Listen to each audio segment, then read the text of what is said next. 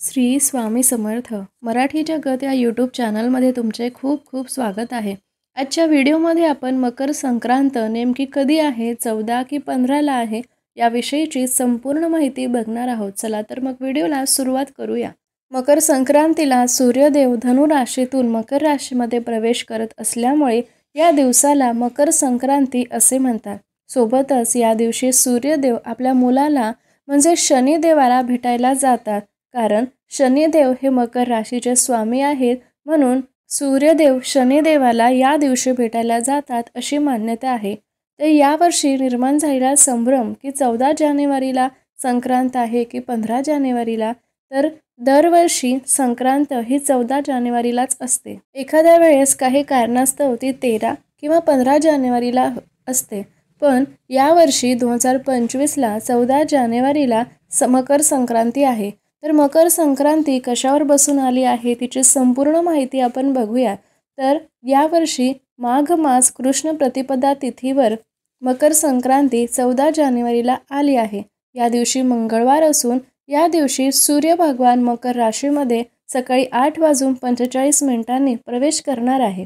या दिवशी सूर्योदयाचा वेळ असणार आहे सकाळी 7:14 आणि सूर्यास्ताचा वेळ असणार आहे संध्याकाळी 5:57 ही जी शुभ वेळ असते, याच वेळेला सूर्यदेवाला अर्घ्य देण्याची पद्धत असते। या दिवशी ही वेळ साधून जर का तुम्ही सूर्यदेवाला अर्घ्य दिले, जल अर्पण केले, तर नक्कीच तुमच्या सर्व मनोकामना पूर्ण होतील, यात काही शंका नाही। या दिवशी 14 जानेवारीला ब्रह्ममुहूर्ताची वेळ आहे सकाळी 5:38 ते 6:25 सूर्यदेवाला सर्वप्रथम जल अर्पण करण्याचा सर्वोत्तम आणि उत्तम काळ हाच आहे। या दिवशी राहू काल आहे दुपारी 3 वाजेपासून 4:30 वाजेपर्यंत, म्हणून शक्यतोवर या वेळेमध्ये आपले कुठलेच कार्य करू नका, कारण या काळामध्ये केलेले जे कार्य असतं ते पूर्णत्वास जात नाही अशी मान्यता आहे। हाच दिवस नाही तर कोणत्याही दिवशी जो राहू काल असतो तो आपल्या कॅलेंडरमध्ये दिलेला असतो, तो राहू काळ सोडूनच पूर्ण दिवसभरात कोणतेही कार्य तुम्हाला करायचे असल्यास तुम्ही नक्की करू शकता। आता संक्रांतीने या दिवशी काय धारण केले आहे, तर संक्रांतीने पिवळे वस्त्र परिधान केले असून हातात गदा आहे। वयाने ती कुमारी असून बसलेली आहे। तिने केशरचा टिळा लावलेला आहे। वासाकरता जाईचे फूल घेतलेले आहे। ती पायस भक्षण करत आहे आणि जातीने ती सर्प आहे आणि वार नाव व नक्षत्र नाव महोदरी आहे। ती पूर्वेकडून पश्चिमेकडे जात आहे।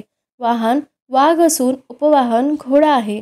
तिने भूषणार्थ मोती धारण केलेले आहेत आणि ती वायव्य दिशेस पाहत आहे। तर या सर्व वर्णनावरून हे वर्णन कशासाठी ऐकायचं असतं, तर या वर्णनावरून अशी मान्यता आहे की संक्रांतीने ज्याही कोणत्या वस्तू धारण केलेल्या असतात, परिधान केलेल्या असतात, घेतलेल्या असतात, त्या सर्व वस्तू यावर्षी महाग होतील आणि जेथून ती आली आहे त्या जनतेला सुख प्राप्त होईल अशी मान्यता असते। यावर्षी मकर संक्रांत आहे 14 तारखेला, 13 तारखेला भोगी आहे, 14 तारखेला संक्रांत आहे आणि 15 तारखेला किंक्रांत आहे।